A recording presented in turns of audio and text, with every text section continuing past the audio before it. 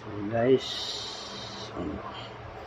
mga gabi, meron tayong unit dito isa, si Kodi Energy Live PO4 lithium battery. Yan, unboxing natin to, karating lang kahapon. So ang capacity nito is 12 volts, 150 AH. So medyo pangmalakasang battery to. Buksan na natin, tingnan natin kung gaano ba kaganda tong bateryang to.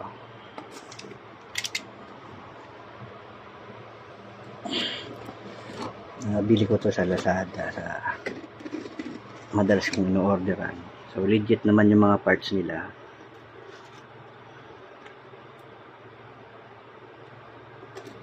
Yan, kaya natin buksan.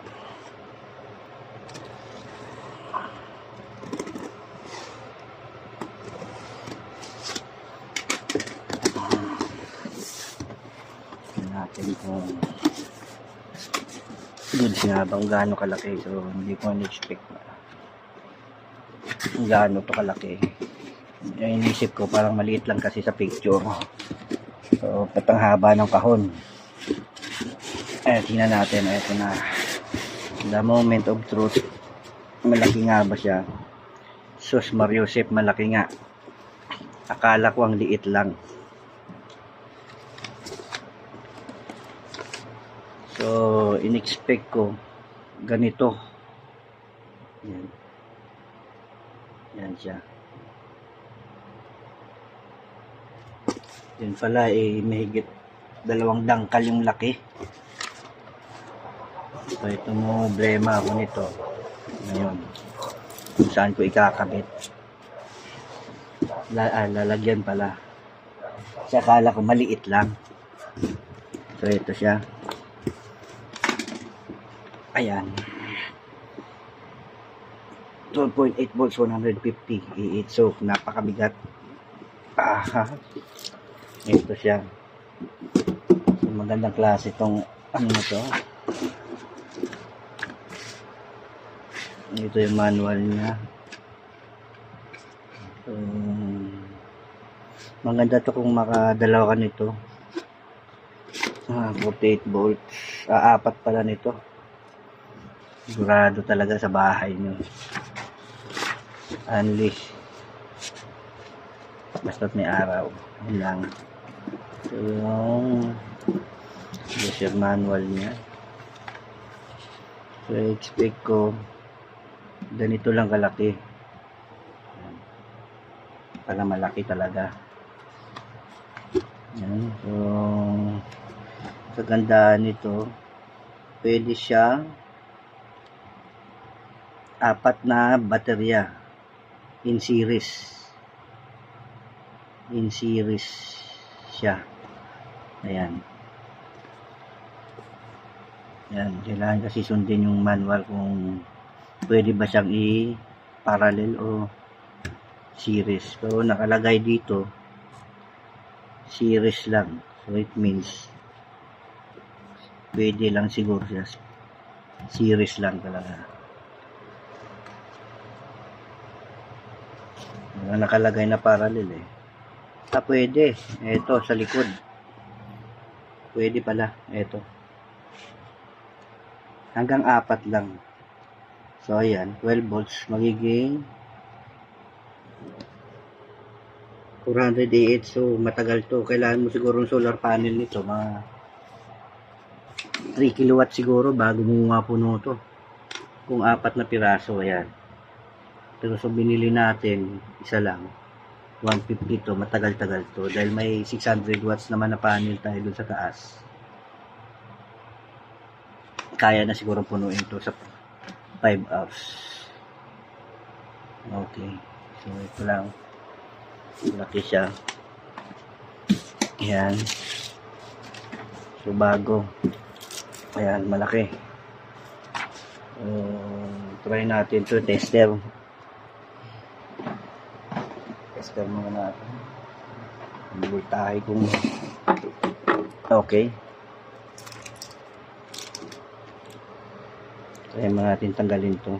Subukan natin tester. Kung maganda ba yung voltahe.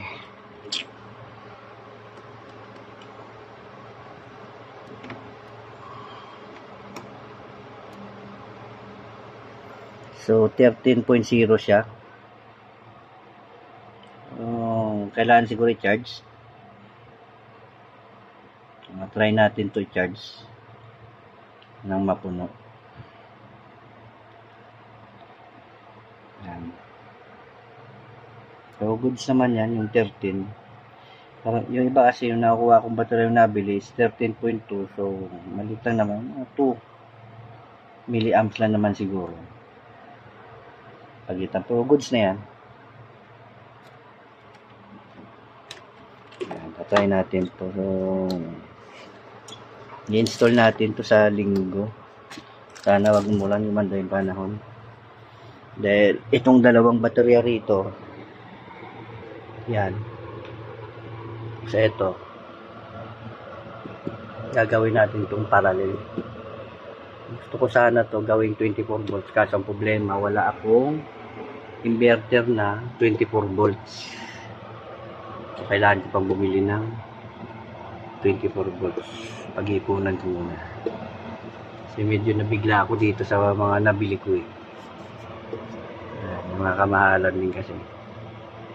So bumili din ako ng solar charge controller kasi papalitan ko to kasi 30 amperes lang to. Ayan. 30 lang yan siya. Gaya nitong isa ay 60. Pwede na yan. Nakakabit yan is 800 watts na panel. Dito is 600. Dadagdagan ko na lang ito ng 200 para mag-update. Tapos ito yung nabili kong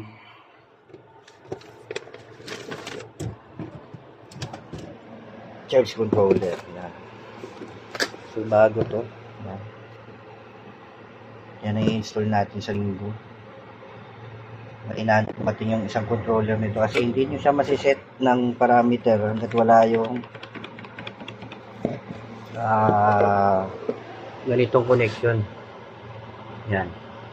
Pag tinatawag nilang RS485 yan. Sasaksak na yan. So hindi natin masiset yung parameter niya. Kaya antay ko pag dumating. Sana dumating itong linggo para matapos na. Yan, ito. Halos yung iba na nagsidatingan. Tapos yan. Install na natin. Goods na yan. So, dito na tayo magtatapos muna. Ililigpit muna natin kasi sobrang daming kalat sa bahay. Ito. Yan. Yan, hindi nagamit kasi walang tao dito ngayon. Nagsialisan. Hindi ko alam kung saan pumunta. So, tapusin na natin to. Medyo mahina ngayon yung araw kasi nag-uulan. Kinarge ko muna sa grid. Ayan. 13.5. Itong isa is 13.2. Medyo hindi nagamit to.